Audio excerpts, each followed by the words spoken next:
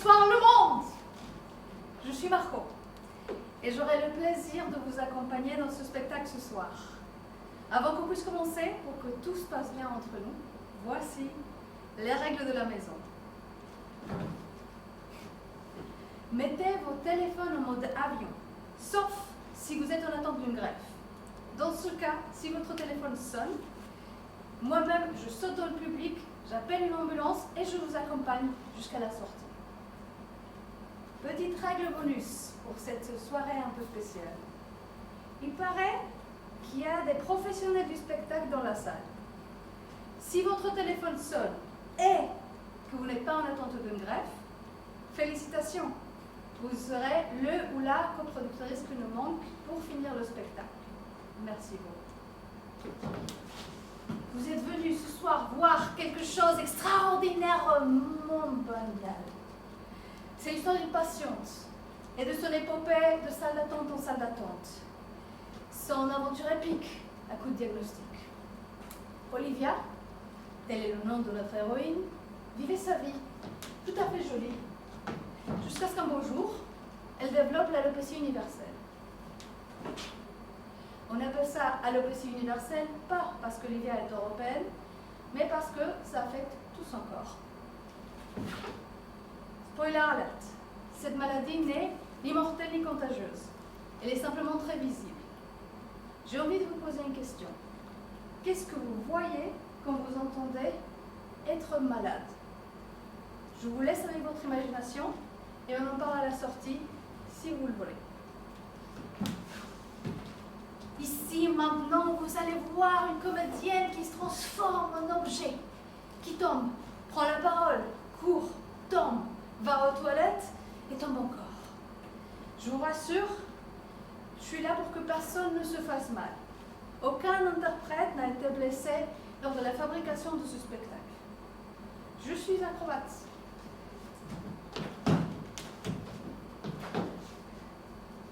Et j'ai appris quelques techniques du cirque à Olivia. Elle m'a invitée à parler sur un plateau de théâtre. On est en plein échange culturel, c'est super. J'apprends des mots, par exemple didascalie, c'est-à-dire un geste qui n'est pas une phrase. Et je lui ai appris ce geste de cirque. C'est très impressionnant.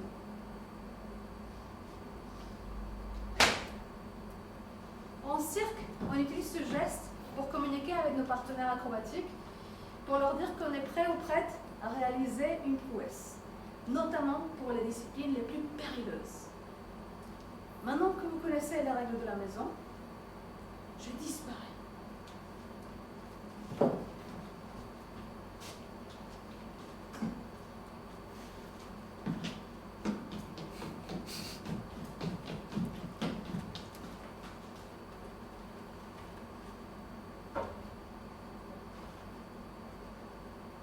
Ah oui, j'ai oublié. Le spectacle dure 30 minutes, plus applaudissements.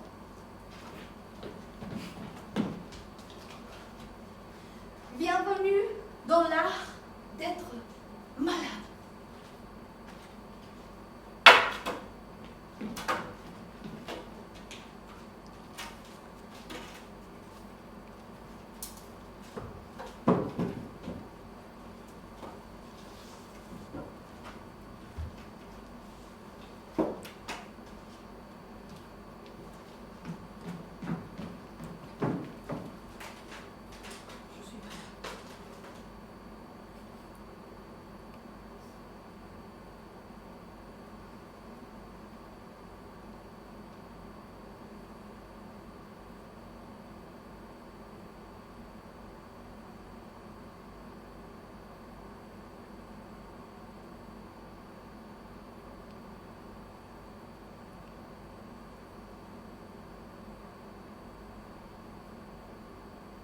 Pour gagner ma vie, parfois, je travaille dans l'art contemporain.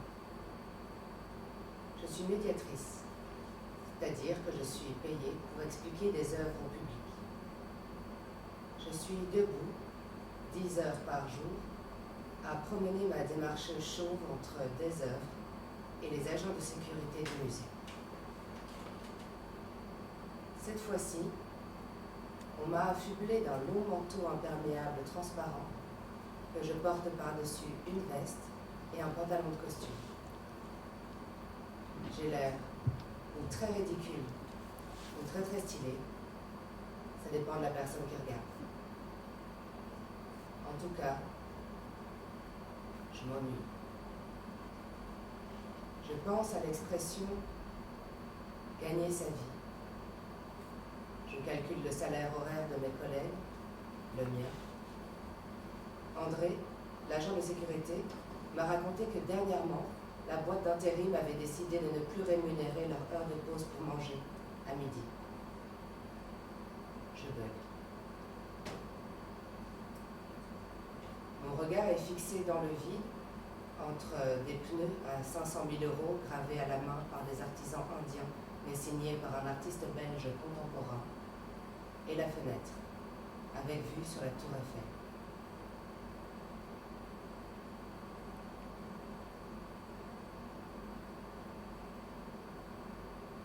Je bug.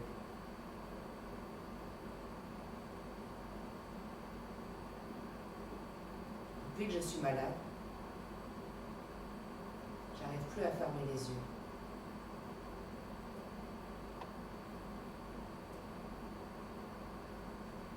Je me laisse toucher.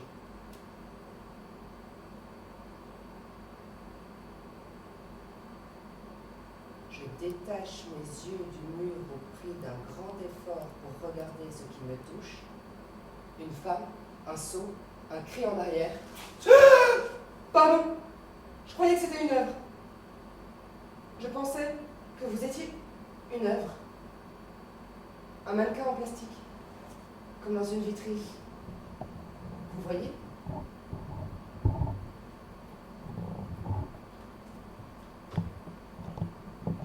Dans les magasins de vêtements, les présentoirs à forme humaine ont rarement des cheveux, des sourcils et des cils. Non ? Oui, je vois. Ne vous inquiétez pas. C'est tout ce que j'ai réussi à répondre. Donc, je suis une femme ? Non.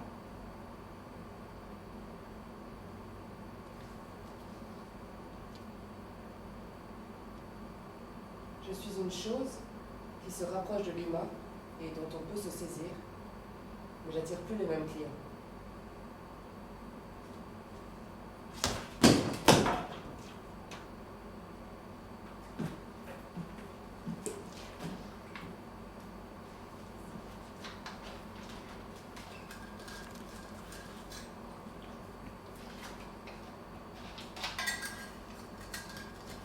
Bonjour. Pour gagner ma vie, parfois, je joue dans des spectacles. Il y a quelques années, pendant le Covid, j'étais sur un plateau avec une grande équipe. On s'apprête à commencer la répétition. Une personne arrive et j'entends « Ah, mais j'ai vu une telle hier et en fait, elle a le Covid. » Je recule. Quelqu'un d'autre. « Ah bon ? Ah, mais moi aussi je l'ai vu hier soir. » Je recule. Et une troisième personne.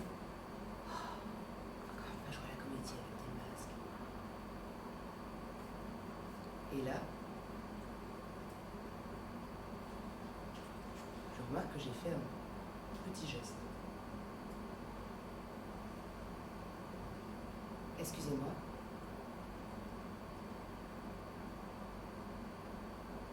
En fait, j'ai une maladie auto-immune. Je suis sous traitement immunosuppresseur. Concrètement, ça veut dire que mon système immunitaire il est en carton et que le Covid, pour moi, ça peut être grave. Je crois que j'ai pas envie de rester dans mon coin cette fois-ci. Alors, est-ce que ce serait possible de partager la charge mentale de la santé? Là, la metteuse en scène me propose de prendre la parole pour raconter ce que c'est, être malade. Ça commence comme ça.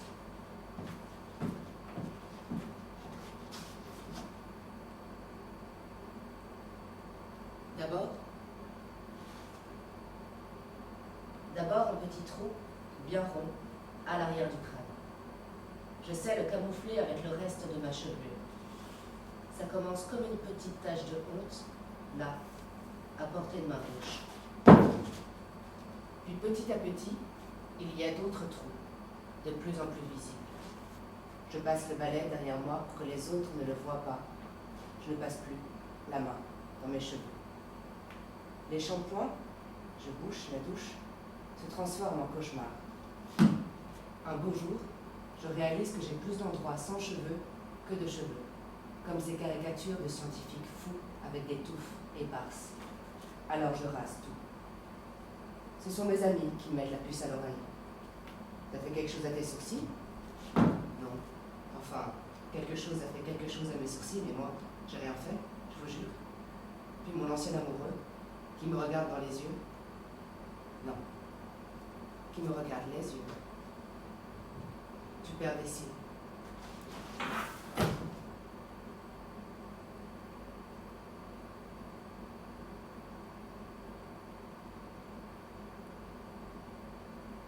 Tu veux bien m'aider?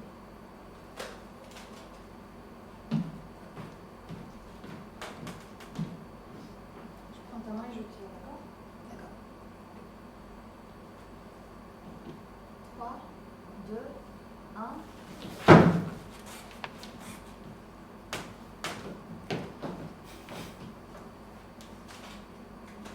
Pour gagner ma vie,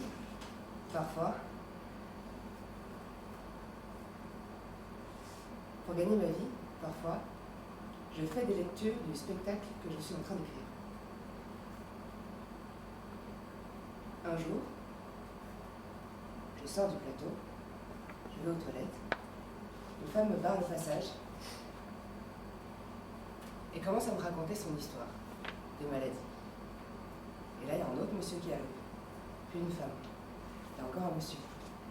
Et on se retrouve à faire une espèce de petit groupe de paroles spontanées, comme ça, au milieu des toilettes. Et il, elle, racontent leur histoire de maladie. C'est pas des maladies qui mettent en danger imminent de mort, c'est des maladies chroniques, des maladies auto-immunes, des maladies avec lesquelles ces personnes cohabitent. Je dis, excusez-moi, comme j'ai un petit panel représentatif là, je voudrais vérifier une hypothèse. Alors, est-ce que vous aussi, quand vous êtes tombé malade, c'est drôle cette expression, vous avez eu l'impression de vivre une chute? Et ils ne sont pas forcément d'accord. Il y a un monsieur qui dit « Ah non, moi ce serait plutôt ce geste-là ».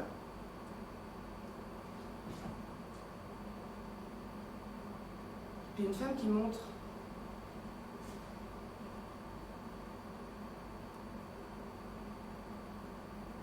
et un monsieur qui n'arrête pas de faire. On parle, on discute, et tout le monde finit par s'entendre sur un geste qui est celui-ci.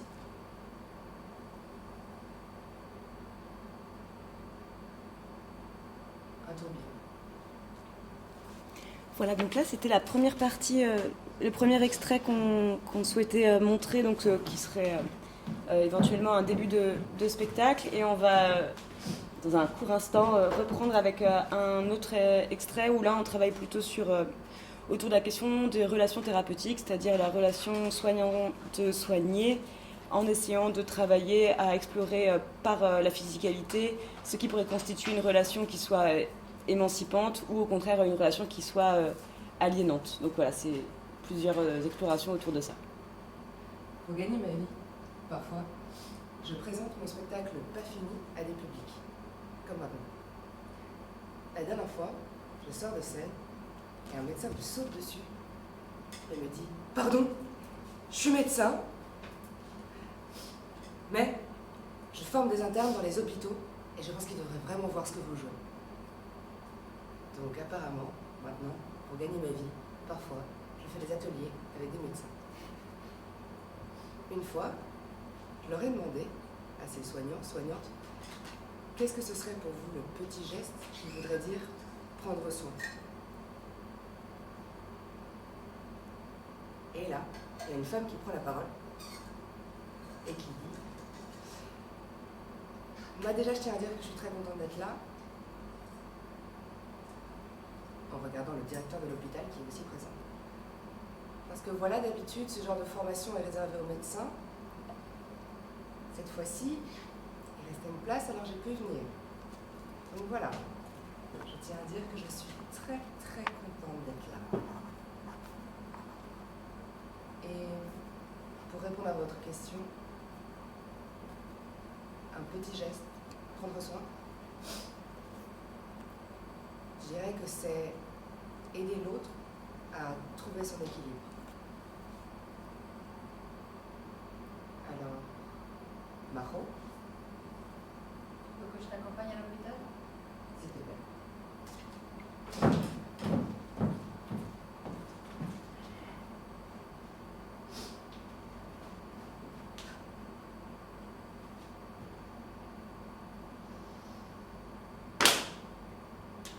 Je marche dans les couloirs. Petite, je vomissais à la vue d'une perfusion ou d'une prise de sang. Je me retrouve devant le grand ponte de la dermatologie. J'ai forcé des portes dans l'hôpital pour avoir accès à lui. Il est très très occupé.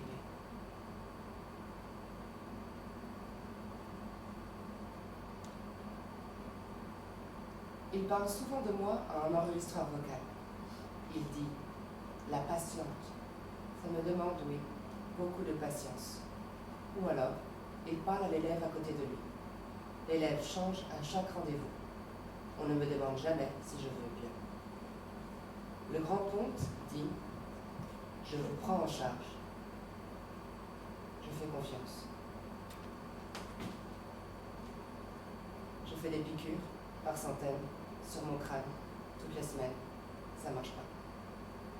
J'achète des crèmes avec des noms de plus en plus compliqués. Ça marche pas. Je fais des séances d'UV 3 fois par semaine à l'hôpital public dans un portail vers une autre galaxie. Et il n'y a pas d'autre galaxie. J'attrape un coup de soleil au 2e degré sur le corps entier. Le coup de soleil se transforme en plaque qui gratte. Le grand ponte dit « c'est normal, c'est votre eczéma ». J'ai jamais eu d'eczéma. Je crois que le grand ponte n'aime pas ne pas savoir. Il me tend un médicament sur lequel il est écrit « interdit à la vente ». Je crois que le grand ponte refuse de dire qu'il doute. Le grand ponte est la médecine moderne sans tête et je perds pied.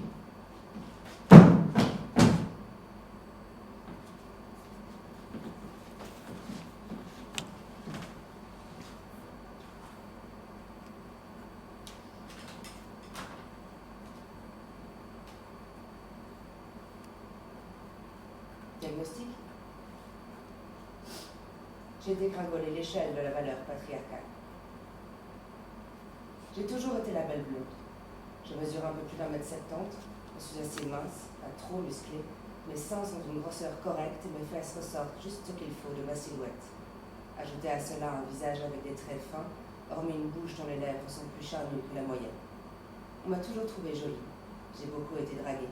Les photos de moi sur les réseaux sociaux remportaient un nombre conséquent de likes. J'arrivais à séduire à peu près qui je voulais. On me sifflait dans la rue, on me touchait sans mon consentement, et on insistait même quand je disais non. Ah non, pardon. Cette dernière phrase fonctionne pour toutes les femmes. Je disais donc que je représentais l'archétype de la jolie fille. Comment je le sais? Parce qu'on m'a comparée à toutes sortes d'actrices. Angelina Jolie, Scarlett Johansson, Monica Bellucci, Keira Knightley, Julianne Moore. Non, ces actrices ne se ressemblent pas. Et pourtant j'aurais dû être le sosie de chacune d'elles. Je ne vois, dans ce qui pourrait les rassembler, que le fait que ce sont des femmes dont le physique est connu, qu'on a vu dans des films, sur des affiches publicitaires, maquillées, encensées pour leur beauté. Je ne suis pas Angelina, Scarlett, Keira ou Monica. Je représentais, comme elle, le gros lot dans un marché dont les prix sont fixés par les hommes. Ça, je l'avais déjà conscience quand j'étais chevelue. Vous savez, les critères de beauté aléatoires, changeant d'époque en époque, de culture en culture. Il se trouve simplement que je tombais bien dans les cases occidentales de la beauté au début du XXIe siècle.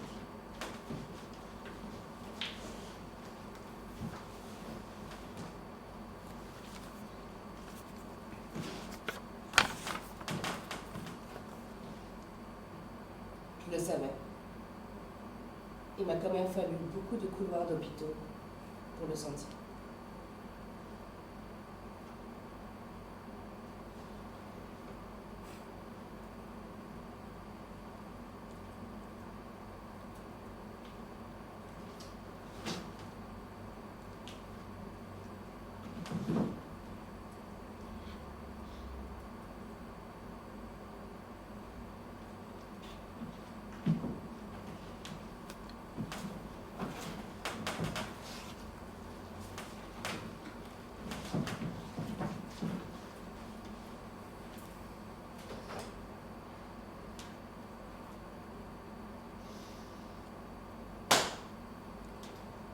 J'ai appris un nouveau mot.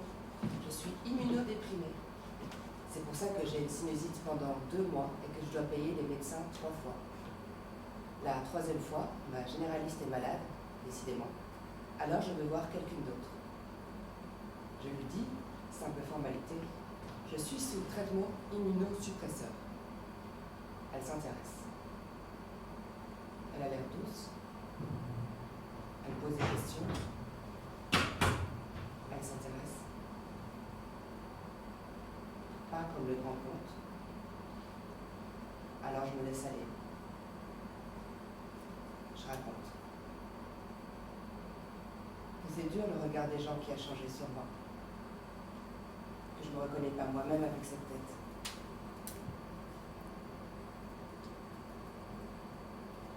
Elle me conseille de porter une perruque.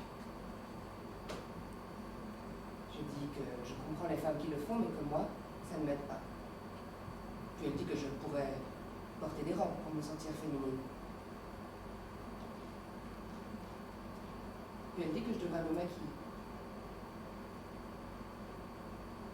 Et puis elle demande, vous avez un compagnon? Je dis oui. Elle demande, depuis quand? Je dis, avant la maladie. Elle me dit, il est courageux. Je dis, et ma sinusite? Voilà. J'ai gagné ma vie, parfois, j'écris un spectacle. Et pour ça, je lis des livres autour de la maladie. J'ai découvert une autrice, Suzanne Sontag, et son ouvrage « La maladie comme métaphore ». Dans son essai, elle écrit autour des imaginaires qui accompagnent 3 maladies, la peste, la tuberculose et le cancer. Je la cite. Il est presque impossible de s'établir au royaume des malades en faisant abstraction de toutes les images sinistres qui en ont dessiné le paysage. C'est à l'élucidation de ces métaphores et à l'affranchissement de leur servitude que je consacre cette enquête.